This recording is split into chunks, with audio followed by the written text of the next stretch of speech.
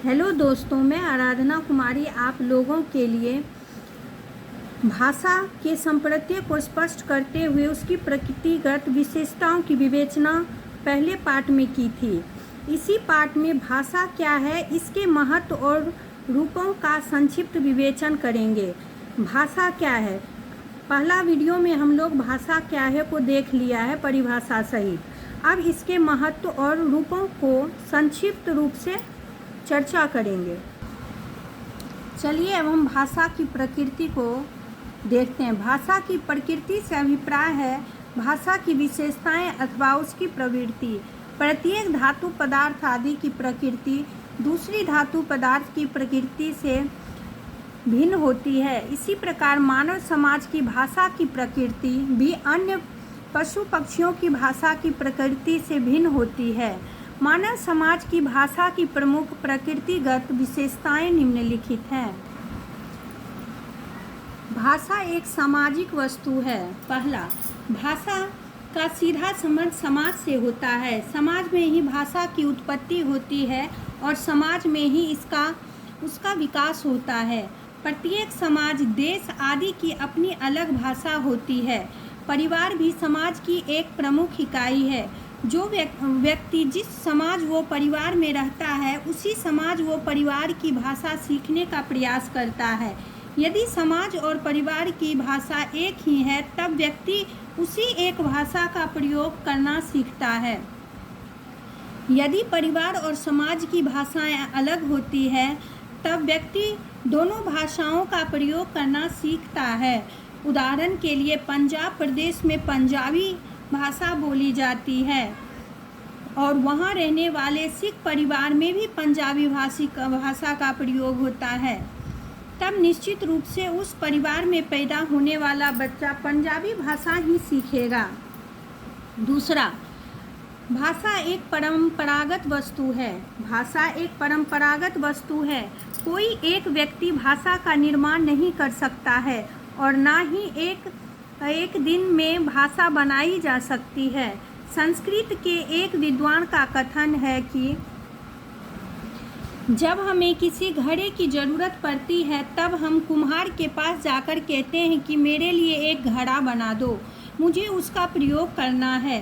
परंतु भाषा की ज़रूरत होने पर हम किसी व्यक्ति के पास जाकर नहीं कह सकते कि तुम मेरे लिए शब्द बना दो, मुझे उसका प्रयोग करना है। बच्चा भी परिवार और समाज में रहकर ही भाषा सीखता है। बड़ा होकर वह भाषा के विकास में योगदान तो कर सकता है परंतु नई या उसी भाषा का निर्माण नहीं कर सकता।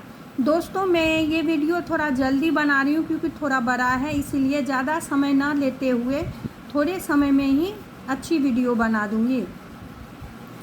तीसरा, भाषा अनुकरण से सीखी जाती है। कोई भी बच्चा जन्म से ही अपने साथ भाषा लेकर नहीं आता है। वह परिवार में रहकर अपने माता पिता व परिवार के अन्य सदस्यों के द्वारा प्रयोग की जाने वाली भाषा को ध्यान से सुनता है और उसका अनुकरण करने लगता है। सतत प्रयास से यह परिवार की भाषा सीख जाता है। यदि परिवार और समाज की भाषाएं अलग अलग हैं तब वह उस समाज की भाषा को भी सीखने का प्रयास करता है। यह कहना अनुचित नहीं होगा कि माता के दूध की एक एक बूंद से बच्चा का शारीरिक विकास होता है। ठीक उसी प्रकार माता पिता के द्वारा प्रयुक्त शब्द से बच्चे का बौद्धिक विकास होता है। इस संबंध में पाश्चात्य विद्वान अरस्तु का मत है कि अन्य कलाओं की तरह भाषा भी अनुकरणात्मक है। चौथा, भाषा परिवर्तनशील है। जिस प्रकार किसी भी समाज की परंपराओं, रीति रिवाजों, वेशभूषा आदि में धीरे धीरे परिवर्तन होते रहते हैं, ठीक उसी प्रकार समाज की भाषा में भी परिवर्तन होते रहता है। इसी संदर्भ में संत कबीरदास ने भी कहा है, भाषा शाखा बहता नीर है। परंतु भाषा में यह परिवर्तनशीलता बहुत धीमी गति से होती है। उदाहरण के लिए भाषा 500 ईसा पूर्व तक उत्तर भारत में संस्कृत भाषा का प्रयोग होता था। उसमें परिवर्तन होते रहने के कारण पाली और प्राकृत भाषाएं बनी। उसमें भी परिवर्तनशील के कारण उपभ्रंश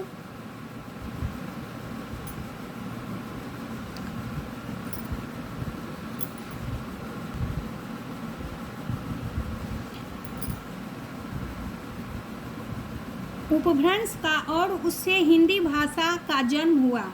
आधुनिक युग में जैसे जैसे जन संचार के साधनों आदि का प्रयोग बढ़ रहा है, वैसे वैसे प्रत्येक समाज की भाषा में भी परिवर्तनशीलता बढ़ रही है। संस्कृत भाषा का शब्द कर्म प्राकृत काल में कम और अब काम हो गया है। पांचवा, भाषा अर्जित संपत्ति है, न कि पैतृक। भले ही भाषा एक पारंपरिक वस्तु है, परंतु इसे अर्जित या इसको हम लोग प्राप्त करना भी कह सकते हैं पड़ता है। यह कोई पैतृक संपत्ति नहीं है जो उत्तराधिकारी के रूप में बच्चे को अनायास प्राप्त करनी पड़ती है। यदि भाषा पैतृक संपत्ति होती तब परिवार से अलग होने पर भी बच्चा अपने माता पिता की भाषा स्वतः प्राप्त कर लेता है, परंतु ऐसा नहीं है। उदाहरण के लिए यदि तमिल भाषी परिवार के बच्चे का पालन पोषण किसी कारणवश पंजाबी परिवार में होता है, तब बच्चा अपने प्रयास से पंजाबी भाषा ही सीख सकेगा। यदि भाषा पैतृक संपत्ति होती तो उस बच्चे को तमिल भाषा उत्तराधिकारी के रूप में ही मिल जाती, परंतु ऐसा नहीं है। छठा, भाषा में यादृच्छिकता होती है। यादृच्छिक शब्द का अर्थ होता है जैसी अच्छी हो या माना हुआ किसी वस्तु के लिए किस शब्द का प्रयोग किया जाए। यह प्रत्येक समाज की अपनी अपनी भाषा पर निर्भर करता है। उदाहरण के लिए प्रत्येक समाज में पानी का प्रयोग होता है, परंतु इसके लिए प्रत्येक भाषा में अलग अलग शब्द का प्रयोग होते हैं। अंग्रेजी भाषा में इसे वाटर, फारसी में आग, रूसी भाषा वदा, जर्मनी भाषा में वासर आदि कहा जाता है। अर्थात प्रत्येक भाषा में पानी वस्तु के लिए एक अलग शब्द का प्रयोग होता है और यही शब्द उस समाज में माना हुआ है। भाषा में यदि यादृच्छिकता नहीं होती तो प्रत्येक भाषा में एक वस्तु के लिए एक ही ध्वनि क्रम या शब्द का प्रयोग होता। वाक्य स्तर पर भी भाषा में यह यादृच्छिकता पाई जाती है। सातवां, भाषा में द्वैधता का गुण होता है। भाषा में वाक्य या उच्चारण के दो स्तर पाए जाते हैं। पहले स्तर पर सार्थक इकाइयाँ होती है, जबकि दूसरे स्तर पर निरर्थक इकाइयाँ होती है। यही स्थिति भाषा में द्वैधता कहलाती है। उदाहरण के लिए राम घर गया वाक्य में 3 सार्थक इकाइयाँ राम घर गया पहले स्तर से संबंधित है वाक्य, क्योंकि प्रत्येक इकाई से एक अर्थ निकलता है। दूसरे स्तर पर हम देख सकते हैं कि प्रत्येक सार्थक इकाई कुछ निरर्थक इकाइयों से मिलकर बनी है, जैसे र, धन, आ, धन, म, धन, अ बराबर राम, ध, अ, धन, र, धन, अ बराबर घर, ग, धन, अ, धन, य, धन, आ बराबर गया। इसी प्रकार हम लोग भाषा में द्वैधता का गुण देखते हैं। आठवां, भाषा में अंतरता का गुण होता है। कुछ अपवादों को छोड़कर पशु पक्षियों की भाषा में केवल वर्तमान काल और स्थान की सूचना दी जाती है। वे भूतकाल या भविष्य काल के बारे में भाषा का प्रयोग नहीं कर सकते हैं। दूसरी ओर मानव समाज की भाषा में वर्तमान काल के साथ साथ भूतकाल एवं भविष्यत काल की भी सूचना, अनुभव आदि अभिव्यक्त किए जा सकते हैं। इसी प्रकार मानव समाज की भविष्यत काल की भी सूचना, अनुभव आदि मानव समाज की भाषा में उस घटना को भी अभिव्यक्त किया जा सकता है जो भाषा व्यापार होने वाले स्थान से बहुत दूर स्थान पर घटित हो। उदाहरण के लिए कल भूतकाल पर्थ में खेले गए इंग्लैंड और ऑस्ट्रेलिया के क्रिकेट मैच का क्या परिणाम रहा। इस घटना की अभिव्यक्ति भारत भाषा व्यापार का स्थान में बैठे दो व्यक्तियों परस्पर कर सकते हैं।